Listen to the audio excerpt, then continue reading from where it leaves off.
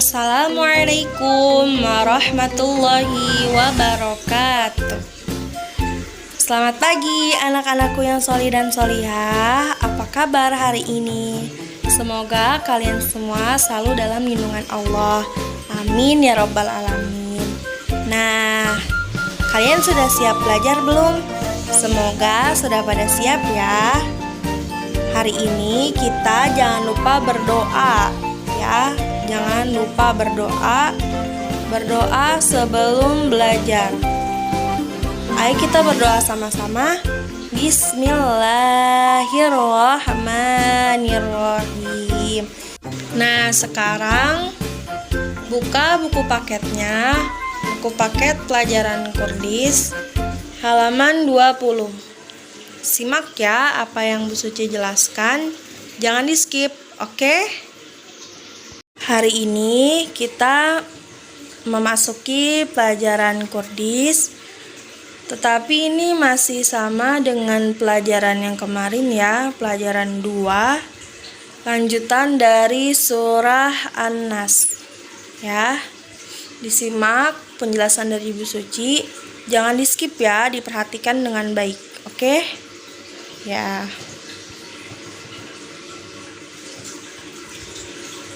Surah Al-Falaq. Mengenal surah Al-Falaq. Ya, surah Al-Falaq ini terdiri dari 5 ayat. Kemudian termasuk surah yang ke-113.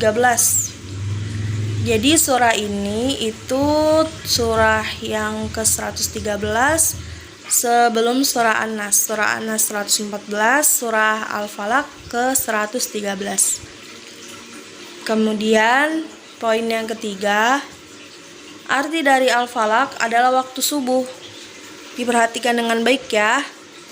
Di sini Bu Suci menjelaskan, jangan di-skip ya. Waktu subuh, ingat ya, waktu subuh. Arti dari Al-Falaq adalah waktu subuh. Kemudian yang keempat, tergolong surah Makkiyah. Kenapa tergolong surah Makkiyah?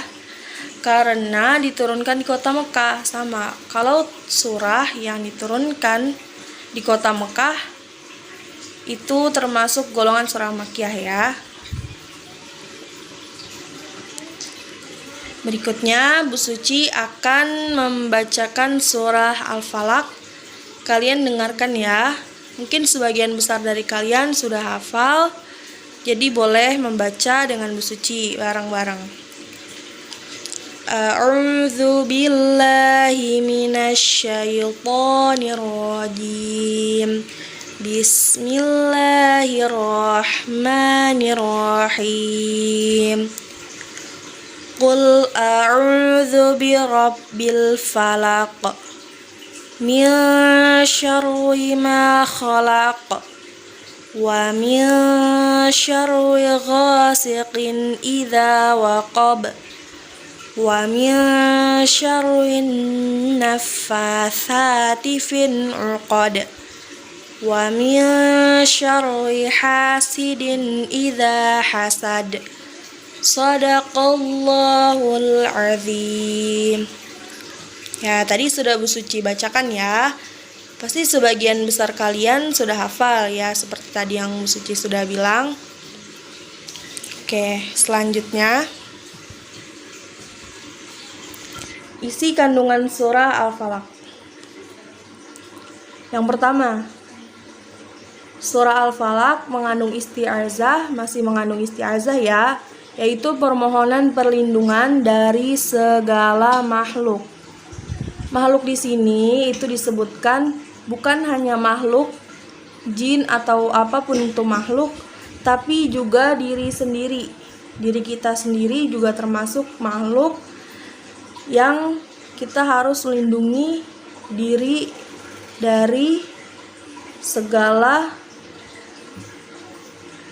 maksiat. Jadi kita melindungi diri kita dari maksiat ya. Kemudian yang kedua di sini Allah menyebut dirinya Rabbul Falaq.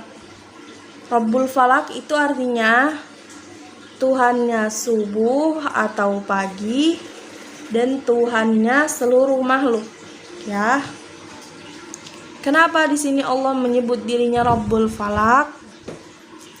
Karena Allah Subhanahu wa taala berkuasa mengganti kegelapan malam dengan terangnya pagi, dan berkuasa pula menyingkirkan kejahatan dengan memunculkan pertolongan.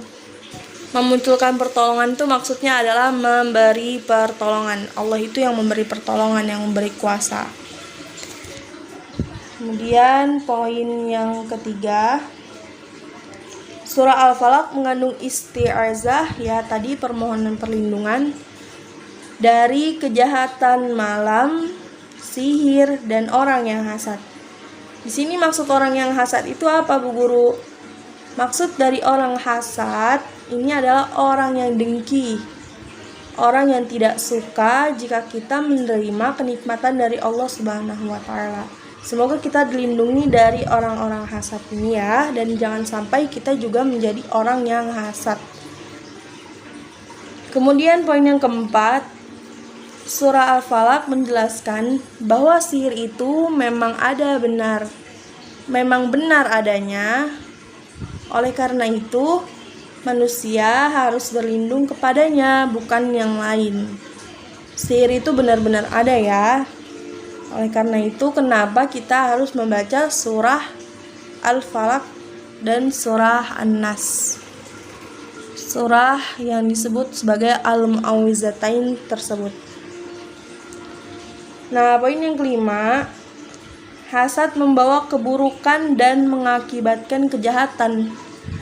Kenapa kok bisa, Bu Guru, hasad itu menyebabkan keburukan dan kejahatan? Karena hasad tadi itu sifat dengki, gak suka, iri gitu. Nah, sifat-sifat inilah yang menimbulkan kejahatan atau keburukan.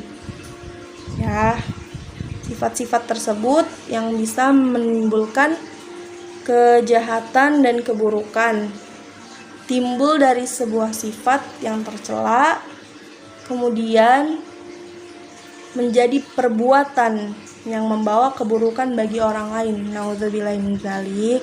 Semoga kita terlindungi ya dari hasad, dari sifat hasad, dan dari orang-orang yang hasad kepada kita. Kemudian keutamaan surah Al-Falaq. Keutamaan surah Al-Falaq ini adalah yang pertama, sebagai perlindungan. Surah An-Nas dan Al-Falaq dinamakan Al-Mu'awwizatain, yaitu permohonan perlindungan. Rasulullah SAW bersabda, "Wahai Ibnu Abbas, maukah kamu aku tunjukkan sesuatu yang paling baik digunakan untuk berlindung?" Ibnu Abbas menjawab, "Iya Rasulullah." Beliau pun bersabda, "Qul a'udzu birabbil falaq" dan "Qul a'udzu birabbin nas."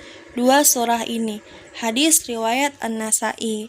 Jadi di sini kenapa disebut sebagai perlindungan? Karena Rasulullah telah bersabda ya dalam hadisnya tadi yang telah Bu Suci bacakan.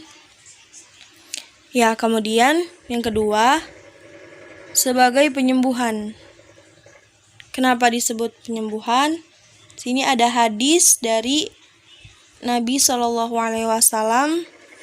riwayat Aisyah, bahwa Rasulullah apabila sakit, beliau membaca untuk dirinya sendiri Al-Mu'awwizat, yaitu surat Al-Falaq dan surat An-Nas, dan meniupkannya kepada tubuhnya. Jika sakit itu menyulitkan dirinya, maka aku yang membacakannya untuk beliau dan kuusapkan kepadanya berharap keberkahan firman Allah itu. Jadi bisa dipakai sebagai penyembuhan juga ya. Kemudian yang ketiga, sebagai zikir pagi dan petang. Ya, di sini bisa dipakai sebagai zikir pagi dan petang juga ya. Hal ini didasarkan pada hadis dari Abdullah bin Khubaib yang menyatakan, suatu ketika kami keluar pada malam yang hujan deras dan gelap. Kami mendatangi Rasulullah Shallallahu Alaihi Wasallam dan meminta beliau untuk sholat bersama kami. Ketika saya yang dimaksud ini adalah Abdullah bin Khubaib, menemui Rasulullah, beliau menyuruh saya untuk membaca. Namun saya tidak membaca apapun. Beliau menyuruh lagi, bacalah. Saya tetap tidak membaca apa-apa. Sampai akhirnya beliau menyuruh saya untuk ketiga kalinya. Lalu saya bertanya, apa yang harus saya baca ya Rasulullah? Rasulullah menjawab, bacalah Qul huwallahu ahad, Al-Ikhlas, dan Al-Mu'awwizatain, Al-Falaq dan An-Nas pada waktu pagi dan petang 3 kali. Sesungguhnya membaca itu sudah cukup untukmu segala sesuatu. Nah, ini juga sebagai zikir pagi dan petang. Jadi kalian bisa membaca ini untuk zikir pagi dan petang, untuk mengingat Allah pagi dan petang ya. Kemudian di sini sudah selesai penjelasan dari Ibu Suci. Kalian boleh kerjakan latihan di bawah ini yang sudah Bu Suci tulis. Ya, nanti untuk jawabannya kalian tulis di buku tulis, kemudian difoto dan dikirim ke Bu Suci ya. Ya, jadi nanti kalian tulis jawabannya aja, nggak usah soalnya. Tapi bagi yang mau juga nggak apa-apa ditulis soalnya. Tapi kalau dari Bu Suci tulis jawabannya juga nggak apa-apa. Ya, kirim ke Bu Suci Japri ya. Oke, jangan lupa. Nah, sudah selesai pelajaran hari ini. Terima kasih sudah menyimak ya. Mohon dimaafkan jika ada kata-kata yang salah. Sekian, kurang lebihnya mohon maaf. Wassalamualaikum warahmatullahi wabarakatuh.